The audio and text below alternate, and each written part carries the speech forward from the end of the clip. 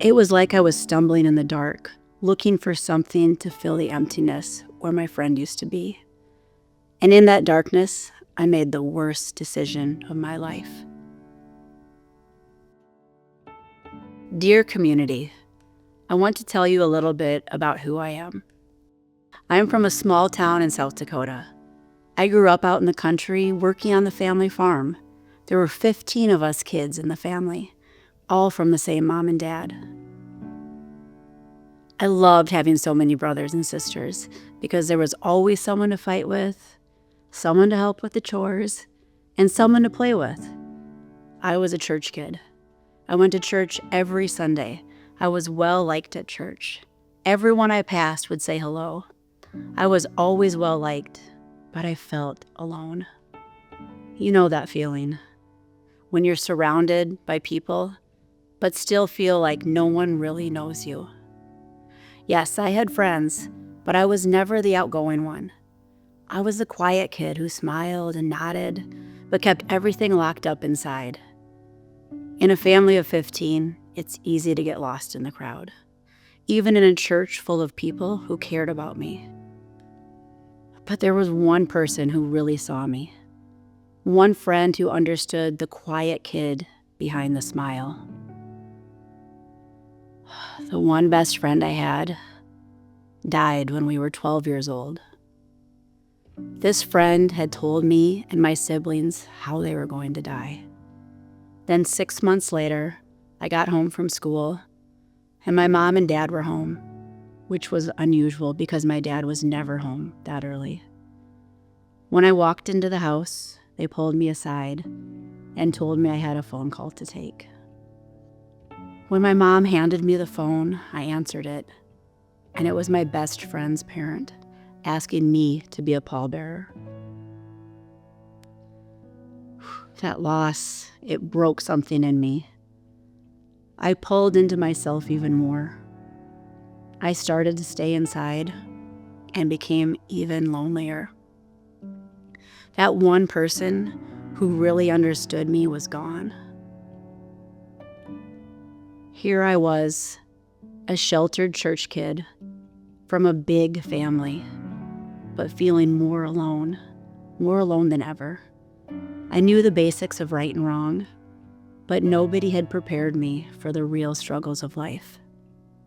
The pain, the confusion, the questions that church didn't seem to answer.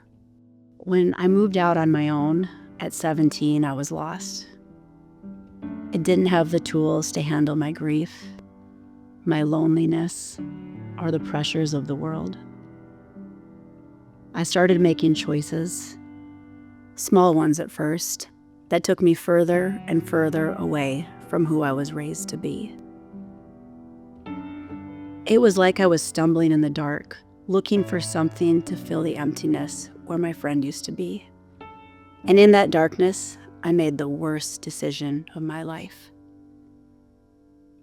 But I am not blaming anyone for what I did.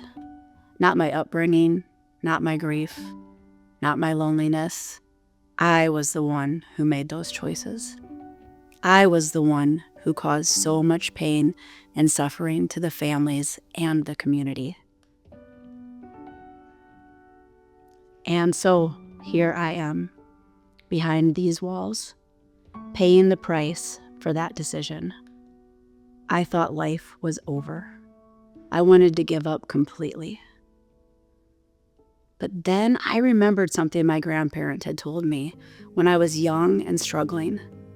They said that yes, life is hard, but the best way to stay up is to always look at your blessings. Because no matter how tough life gets or how low you are, you will still always have blessings in your life. So find the one that stands out the most and hold it close, because all of your blessings are precious. So I kept pushing. I started reading my dad's leadership and business books that my family sent me. And then I met the most incredible group of people. They helped me get on top and helped me stay there.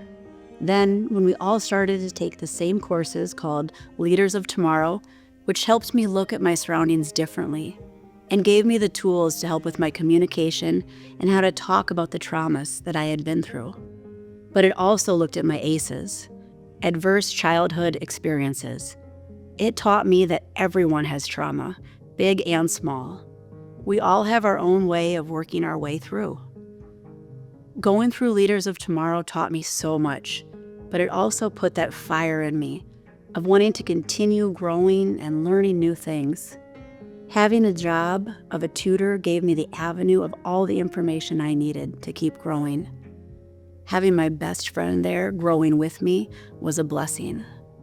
We had another friend become a tutor with us. It has brought all of us even closer as we teach others about LOT, an author of my life. We have had deep conversations, but we help each other become the next best versions of ourselves. Everyone makes mistakes. We should not just lock them up and throw the key away. Prison should not just be about punishment, but about rehabilitation. If all we learned while we were in prison is punishment, what do you think will happen when we are let back out into the outside world with more freedom? I hope you, the community, will help us become better, something better than our mistakes, and look at us as human beings and not our charges. I want to thank you for bringing me this course to help me become a better person and someone my family can look up to. Because at the end of the day, we are not the worst thing we have ever done. We are human beings, capable of change, worthy of redemption, and deserving of a second chance. The question isn't whether people can change. The question is, will you give us the chance to prove it? Sincerely, a fellow human being.